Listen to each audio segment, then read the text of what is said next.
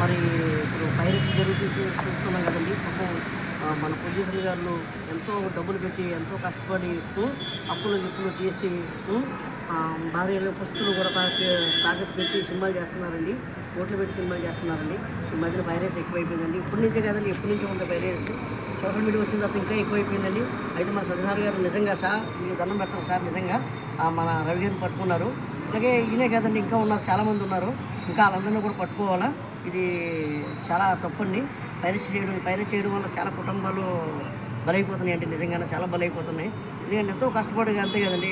ఈరోజు పొద్దున్న వెళ్ళి పొద్దున్న వస్తే ఒక 500-1000 రూపాయలు రావడానికి చాలా కష్టమైపోతుందండి. అలాంటిది కొన్ని కోట్లు పెట్టి సినిమా తీసి ఇంత చేస్తుంటే వీళ్ళు అడ్డదోడలాగా వచ్చి పైరసీ చేసి ఇలాగ ఇబ్బందులు పెడుతున్నారంటే ఎంతవరకు కరెక్ట్ అండి? అందుకేనండి పైరసీని మాత్రం రానికూడదు. పైరసీని అరికట్టడానికే చూడాలా. ప్రతి ఒక్కరు కూడా చాలామంది దీన్ని మాత్రం చాలా సీరియస్గా తీసుకోవాలా. ఇది ఏదో గిల్లేగా కాకుండా సీరియస్గా తీసుకోవాలండి. చాలా చూస్తున్నాం కదండి, చాలా పాపం ఎంతో అండి. పాపం చిన్న చిన్న ప్రొడ్యూసర్లు, పెద్ద బడా ప్రొడ్యూసర్లు అంటే వాళ్ళకి పర్వాలా. చిన్న ప్రొడ్యూసర్లు పాపం ప్యాషన్తో వస్తున్నారండి ఇండస్ట్రీకి వచ్చి ఏదో సినిమా చేయాలా, సినిమా చేసి ఏదో సరదాగా ఉండాలా అన్న వస్తున్నారు. ఏదో కోట్లు అని సంపాదించడం కాదు కానీ ఏదో ఫ్యాషను ప్రతి ఒక్కరికి ఉంటుంది కదండి, ఒక గోలు ఇది చేస్తున్నారు. అందుకే దయచేసి మాత్రం పైరసీని ఎంకరేజ్ చేయకండి దయచేసి. చాలా సినిమాలు ఇప్పుడు సినిమా చేస్తున్నాం, ఒక 2-3 గంటలు వచ్చేస్తుంది సినిమా. అంటే థియేటర్కి వెళ్ళి ఏం చూస్తారండి చెప్పండి?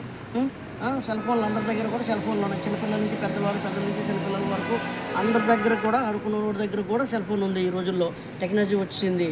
కానీ దయచేసి పైరసీ అనేది ఎంకరేజ్ చేయొద్దండి. దయచేసి చెప్తున్నాను కదండి, పైరసీని ఎంకరేజ్ చేయొద్దు.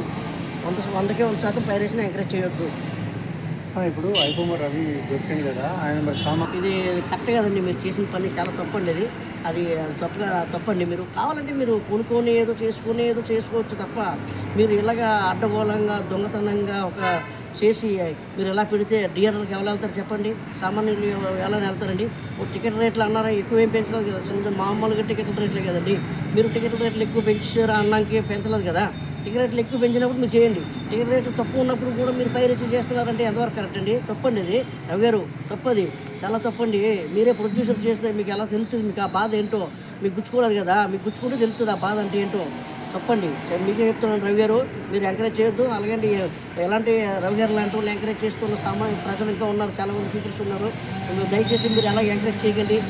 చెడుని ఎంకరేజ్ చేయడం పెట్టండి, ఓ దొంగతనాన్ని ఎంకరేజ్ చేయడం పెట్టండి.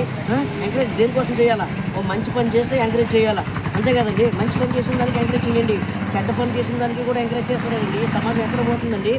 ఎక్కడికి వెళ్ళిపోతుంది అసలు? ఏంటి ఈ సోషల్ మీడియా వచ్చిన తర్వాత ఇంకా దారుణంగా ఉందండి. ఏంటండి మరి దారుణంగా ఉంది. ఇది కరెక్ట్ కాదు. సజ్జి గారు నమస్కారం సార్, మీకు చాలా గ్రేట్ సార్. నిజంగా చాలా బాగా పట్టుకున్నారండి.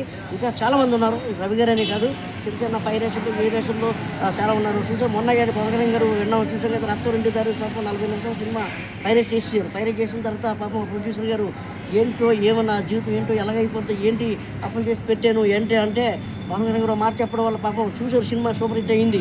నిజంగా గ్రేట్ కదండి. సినిమా ఒకవేళ హిట్ అవ్వకపోతే లేకపోతే సినిమా చూడకపోతే పరిస్థితి ఏంటి చెప్పండి? ఎంతవరకు కరెక్ట్ అండి? వద్దు, పైరసీని ఎంకరేజ్ చేయొద్దు. నేను చెప్తున్నాను కదండి, ఒక భారతీయుడుగా, ఒక తెలుగు సినీ ఆర్టిస్ట్గా నేను చెప్తున్నాను, పైరసీని ఎంకరేజ్ చేయొద్దు. దయచేసి ఎవరు కూడా పైరసీని ఎంకరేజ్ చేయొద్దు. సామాన్యులు మరి రవి అండి థియేటర్లలో మరి పాప్కార్న్ అయినా చూసినా కూడా రేట్ తగ్గిస్తే బాగుంటుంది. ఇట్లా రవి వాళ్ళు లాంటి వాళ్ళు కూడా పైరసీ చేయకుండా ఉంటారు అనేది. ఇప్పుడు రేట్లు పెంచారండి, రేట్లు పెంచుతున్నారు, పెద్ద సినిమాలు పెంచుతున్నారు. కానీ 2 రోజులు 3 రోజులు ఆగితే ఖచ్చితంగా సినిమా వచ్చే రేట్లు తగ్గిస్తారు, వస్తుంది. కానీ రేట్లు కూడా తగ్గించాలా, అది మాత్రం నిజమే. రేట్లు కూడా భారీగా పెంచిస్తే ఓ సామాన్యుడు సినిమాకి వెళ్ళాలంటే 2000 పట్టుకుని వెళ్తేనే కానీ సరిపోదు.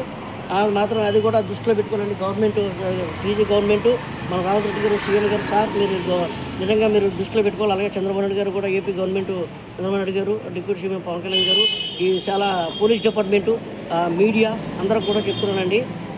అది మ్యాటరు. దయచేసి మాత్రం పైరసీని ఎంకరేజ్ చేయొద్దు.